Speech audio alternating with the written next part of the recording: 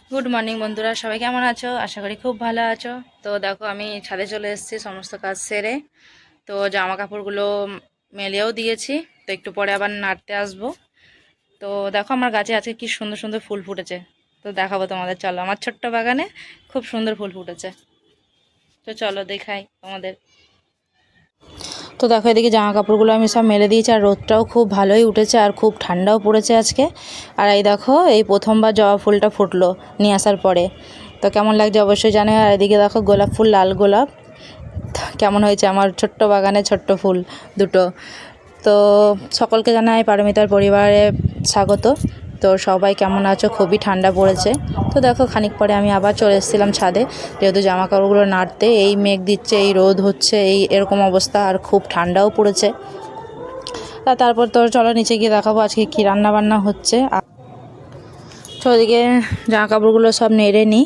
আর যারা যারা আমার পুরনো বন্ধু, নতুন বন্ধুকে অনেক অনেক শুভেচ্ছা, ভালোবাসা। সকলে পাশে থেকো, সঙ্গে থেকো, আর পুরো ভিডিওটা দেখো, কেউ স্কিপ করো না। একে অপরের পাশে না থাকলে কি করে এগোবো বলো বন্ধু?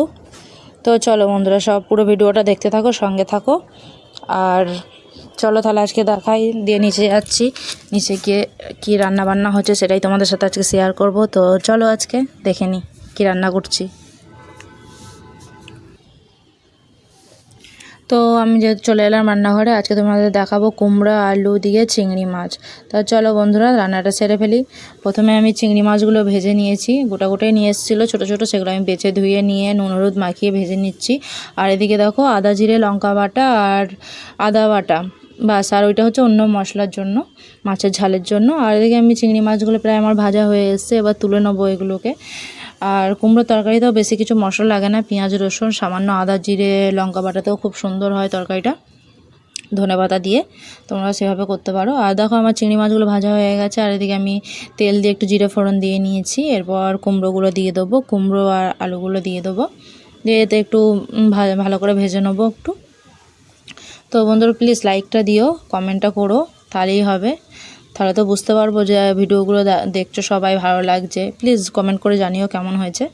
আর তো চলো, এখানে কুমড়ো আর আলুগুলো একটু ভালো করে একটু ভেজে নেবো। দেখো, লাল লাল করে ভাজা হয়ে গেছে। এবার এখানে কি করব, মশলা অ্যাড করে দেবো। চলো, আদা জিরে লঙ্কা বাটা দিয়ে দিলাম। তো এখানে মশলা, বেশি মশলা লাগে না। নুন হলুদটা দিয়ে দিলাম প্রথমে, তারপরে মশলাটা দেবো। আদা জিরে লঙ্কা বেটে রেখেছি সেগুলোই দেবো। তো চলো দিয়ে দিই। আর এরকম তোমরা বাড়িতে করে খেয়েও, এই শীতের দিনে কিন্তু খুব ভালো লাগবে। চিংড়ি মাছও হবে, প্লাস ছোটো ছোটো মাছ দিয়েও যদি খেতে চান আপনারা, সেটাও হবে। তো এখানে আমি দেখো, আদা লঙ্কার বাটা আর আদা বাটাটা এবার দিয়ে দেবো।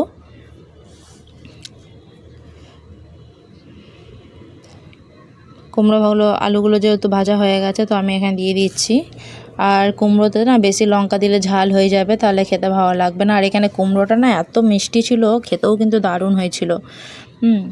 কুমড়োটা প্রচণ্ড মিষ্টি ছিল। কালার দেখে নিশ্চয়ই বুঝতে পারছো যে কুমড়োটা কীরকম। প্রচণ্ড মিষ্টি ছিল কুমড়োটা, আমার চিনি দিতেই হয়নি, আর একাতে চিনি দিও না।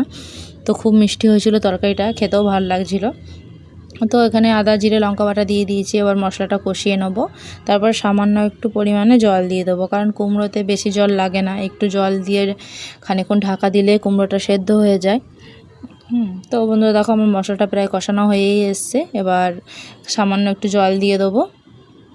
তোমরা এইভাবে বাড়িতে করে খেয়ে দেখো, খুব ভালো লাগবে। আর এটা তো রুটির সাথে খুব দারুণও লাগে খেতে। তো এখানে সামান্য একটু জল দিয়ে দেবো। আমার সবজি যেহেতু অল্প, তাই আমার অল্পই জল লাগবে। আপনারা যদি বেশি করে করেন তাহলে তার ক্ষেত্রে একটু বেশি জল লাগবে। তো আমি এখানে অল্প করে জল দিয়ে দেবো। জাস্ট এই কুমড়ো আলুগুলো একটু ডোবা ডোবা টাইপের হবে, সেরকম। তো দেখো, দিয়ে দিলাম। এবার তরকারিটা ফুটুক, তারপর গিয়ে ঢাকা দেবো। তো ভিডিওটা কেমন লাগছে অবশ্যই জানিও। আর তার সঙ্গে সঙ্গে আমি কি করেছি সেটাও দেখিয়ে দিচ্ছি।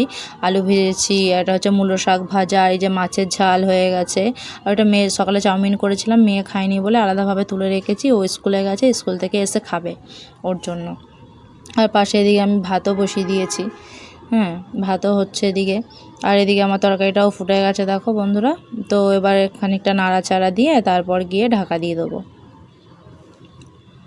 তো ভিডিওটা কেমন লাগছে বন্ধুরা অবশ্যই জানিও কিন্তু। তো দেখো তরকারিটা যেহেতু ফুটে গেছে, চলো তাহলে এবার ঢাকাটা দিয়ে দিই।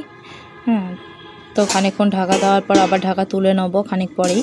তো দেখো তরকারিটা আমার ফুটেও গেছে, মানে আলু কুমড়ো সেদ্ধ হয়ে গেছে। তো এবার কী করবো, দিয়ে দেবো চলো।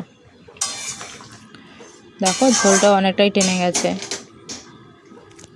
তো এবার চিংড়ি মাছ আর ধনেপাতাটা কুচিয়ে রেখেছিলাম দিয়ে দেবো একসঙ্গেই। হ্যাঁ, ধনেপাতাটা চিংড়িটা দিয়ে দিলাম। এবার একটু গ্যাসটা বাড়িয়ে খানিকক্ষণ ফুটবে, নুনটা দেখে নেবো নুনটা ঠিক আছে কিনা। খানিকক্ষণ ফুটবে, নাড়াচাড়া দিয়ে নামিয়ে নেবো। তো বন্ধুরা এইভাবে তোমরা বাড়িতে করে খেয়ে দেখো, খুব ভালো লাগবে। আর রেসিপিটা কেমন হয়েছে অবশ্যই জানিও।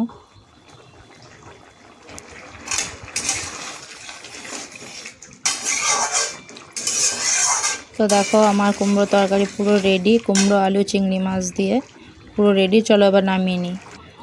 তো দেখো বন্ধুরা আমি নামিয়ে নিলাম, কারণ ঝোলটা একটু সামান্য আছে, ওটা কিন্তু টেনে যাবে, গাঢ় গাঢ়ই হয়ে যাবে পরে। তো কালারটাও খুব সুন্দর হয়েছে, খেতেও কিন্তু ভালোই লেগেছিলো, কুমড়োটা দারুণ মিষ্টি ছিল। তো বন্ধুরা এই হচ্ছে কুমড়ো আলু চিংড়ি মাছ দিয়ে রেসিপি। তো কেমন হয়েছে অবশ্যই জানিও। পরের ব্লগ নিয়ে আবার আসছি, নমস্কার।